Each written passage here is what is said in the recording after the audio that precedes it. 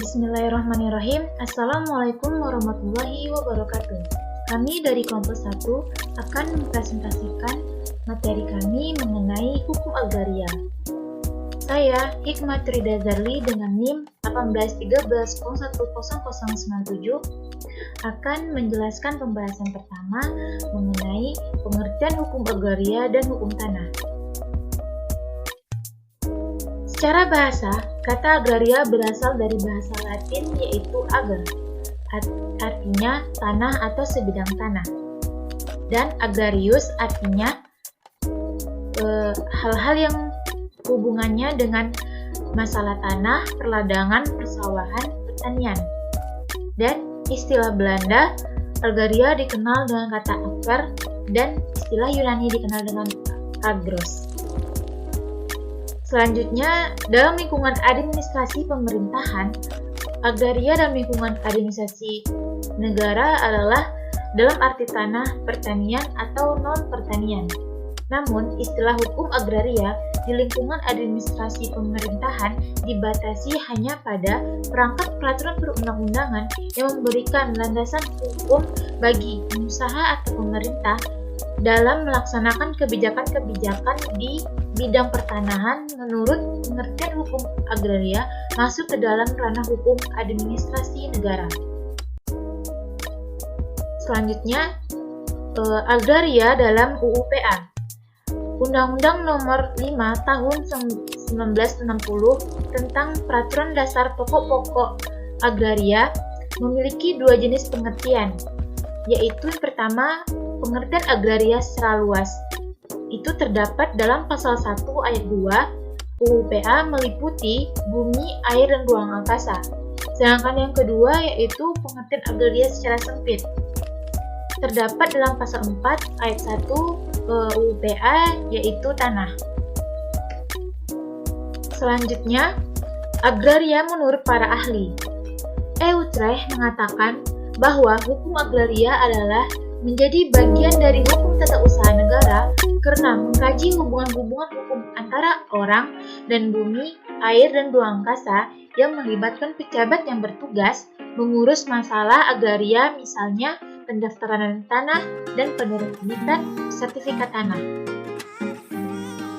Selanjutnya, menurut Sudikno Mertokusumo mengatakan hukum agraria adalah keseluruhan kaidah-kaidah hukum baik yang tertulis maupun yang tidak tertulis yang mengatur agraria.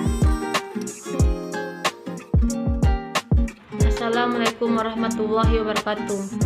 Perkenalkan, nama saya Pramita Gusyanti, NIM 18130100099. Baiklah, di sini saya akan memaparkan poin B mengenai perkembangan hukum agraria sebagai hukum positif dan kedudukannya sebagai mata kuliah mandiri.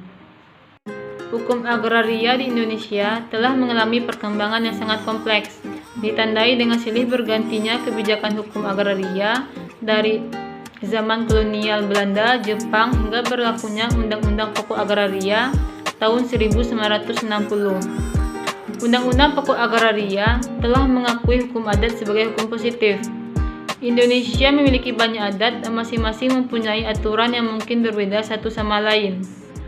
Hukum agraria dalam arti luas, yaitu bidang hukum positif yang mengatur unsur-unsur sumber alam adat. Masing-masing unsur dijabarkan lebih lanjut dalam bidang hukum tertentu, yaitu meliputi hukum tanah, hukum air, hukum pertambangan, hukum perikanan, hukum kehutanan, dan hukum ruang angkasa.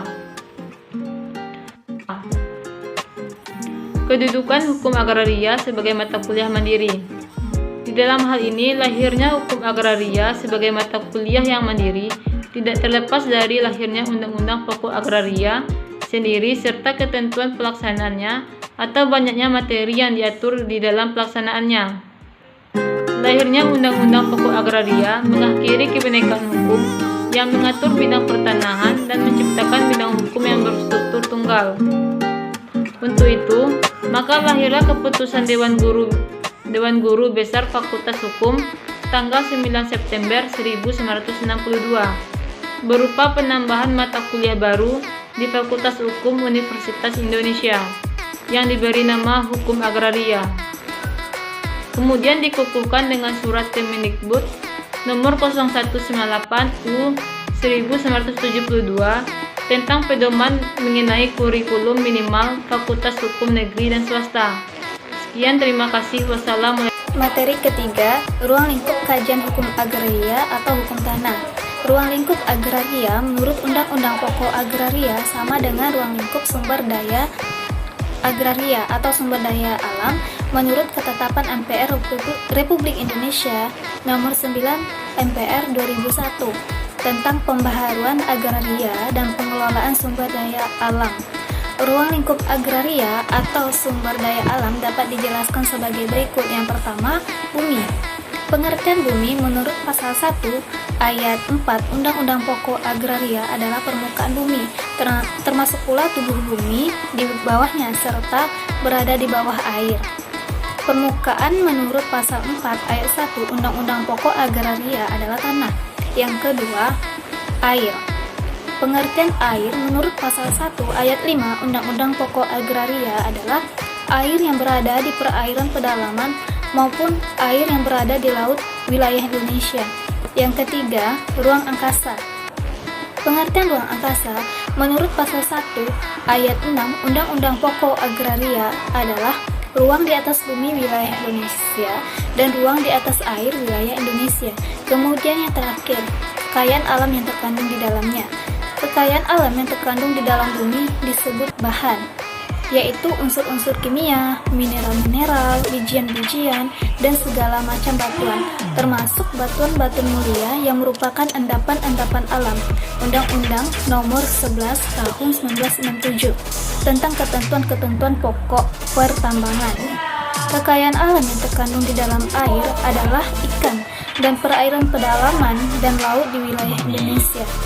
Undang-Undang Nomor 9 Tahun 1985 tentang perikanan.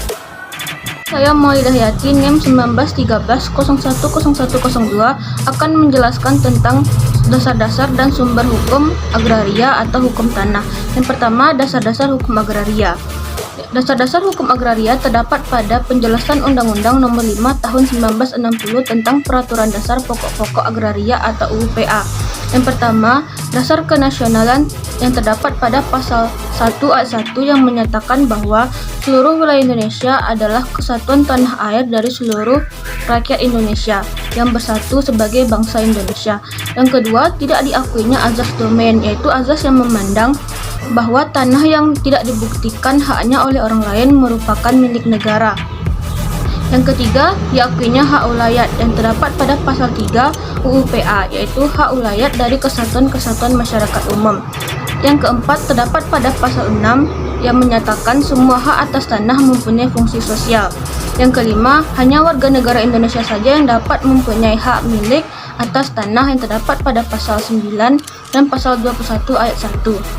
Yang keenam, azas kebangsaan yang terdapat pada pasal 9 ayat 2 yang menyatakan bahwa tiap-tiap warga negara Indonesia, baik laki-laki maupun wanita, mempunyai kesempatan yang sama untuk memperoleh sesuatu hak atas tanah serta untuk mendapatkan manfaat dan hasilnya, baik bagi diri sendiri maupun bagi keluarganya. Yang ketujuh, penyelenggaraan land reform atau agrarian reform, yaitu tanah pertanian harus dikerjakan atau diusahakan secara aktif oleh pemiliknya sendiri. Dan terakhir, rencana atau planning, yaitu diperuntukkan penggunaan dan persediaan bumi, air, dan ruang angkasa untuk berbagai kepentingan hidup dan negara. Yang kedua, sumber hukum agraria. Yang pertama, terdapat pada Undang-Undang Dasar 1945, lebih tepatnya pada pasal 33 ayat 3, yang menyatakan bahwa bumi, air, dan kekayaan alam yang terkandung di dalamnya dikuasai dan dipergunakan untuk kemakmuran rakyat. Selanjutnya, Undang-Undang Nomor 5 Tahun 1960 tentang Peraturan Dasar Pokok-Pokok Agraria. Selanjutnya, peraturan pelaksanaan UPA seperti Peraturan Pemerintah Nomor 24 Tahun 1997 tentang pendaftaran tanah dan peraturan lama sebelum berlakunya UPA. Sekian, terima kasih.